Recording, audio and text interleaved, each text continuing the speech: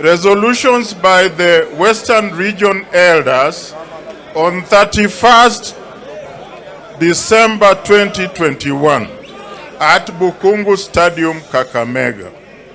We, the elders of Western Region, caucusing as a community and alive to the political dynamics and happenings in the region and the country as a whole, appreciating our diversity, acknowledging our love for peace and unity and purpose, noting that the country is geared towards political transition and that each community in Kenya is strategizing to form or be part of the next government, we therefore resolve and direct as follow.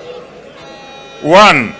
That Western Region shall be part and parcel of Azimio la Umoja under His Excellency Raila Amolo Odinga. 2.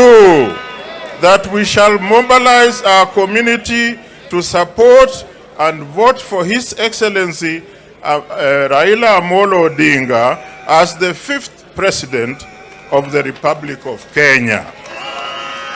3.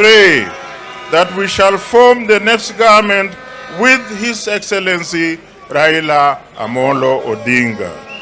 4.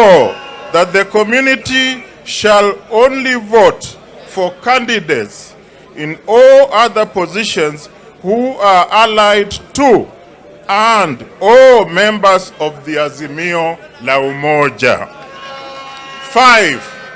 That the elders unanimously hand over His Excellency Dr. Wycliffe Ambeza Oparanya as the Western Region Community Leader with whom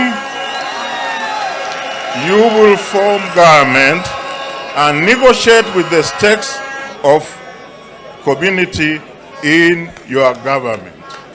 And this resolution has been signed by the Secretariat, Peter Ludava, Chairman Patrick Wangamati, and the patron, Dr. Francis Atwoli. Thank you.